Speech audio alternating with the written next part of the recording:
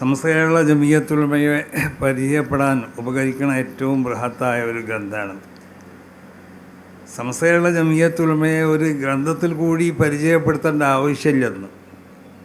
കാരണം എന്താണ് സമസ്ത കേരള ജമിയത്തുലമ? സമസ്ത കേരള ജമിയത്തുലമയുടെ ലക്ഷ്യങ്ങൾ എന്താണ്? സമസ്ത കേരള ജമിയത്തുലമയുടെ പ്രവർത്തനം എന്താണെന്നുള്ളത് ഈ രാജ്യത്തുള്ള എല്ലാവരും മനസ്സിലാക്കിയതാണ്.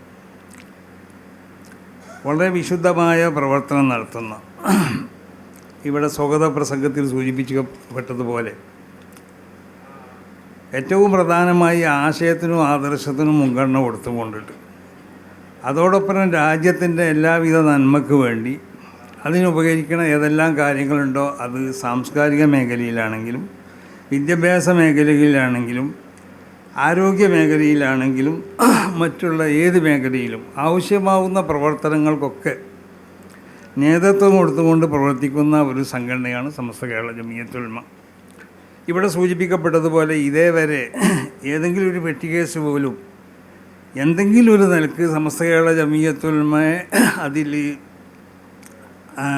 അതിനക്ക് സമസ്ത കേരള ജമിയത്തുലമ ഇതുവരെ സമസ്ത കേരള ജമിയത്തുലമയുടെ പേരിൽ ഏതെങ്കിലും ഒരു കേസ് ഇവിടെ എവിടെയെങ്കിലും നടന്നതായിട്ട് നമുക്ക് കാണാൻ സാധിക്കില്ല. ഇവിടെ തീവ്രവാദത്തിന്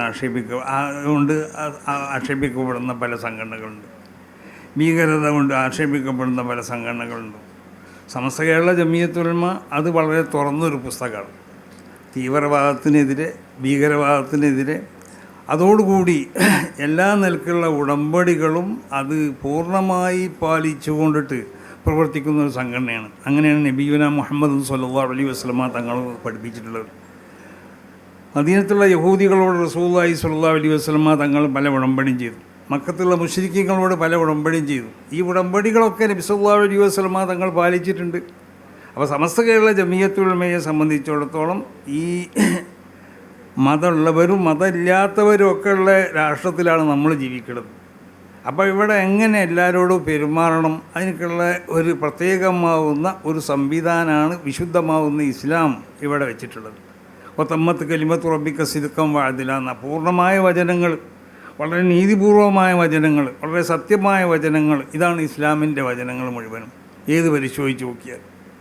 അപ്പോൾ അതുകൊണ്ട് ഇവിടെ വർഗീയ കലാപങ്ങൾ ഉണ്ടാക്കാനും അല്ലെങ്കിൽ തീവ്രവാദ പ്രചരണത്തിന് വേണ്ടിയോ അതിനൊന്നും അന്നൽക്കുള്ള ഇവിടെ ഏതെങ്കിലും മനുഷ്യരിടയിൽ എന്തെങ്കിലും നിലക്കുള്ളതായ അനൈക്യവും സൃഷ്ടിച്ചുകൊണ്ടുള്ള ഒരു പ്രവർത്തനം ഇന്നേവരെ സമസ്ത കേരള ജമിയത്തുലമയിൽ നിന്നുണ്ടായിട്ടില്ല. സമസ്ത കേരള ജമിയത്തുലമയുടെ പോഷക സംഘടനകളിൽ നിന്നുണ്ടായിട്ടില്ല. സമസ്ത കേരള ജമിയത്തുലമയെ സംബന്ധിച്ചിടത്തോളം 14ഓളം പോഷക സംഘടനകളുണ്ട്.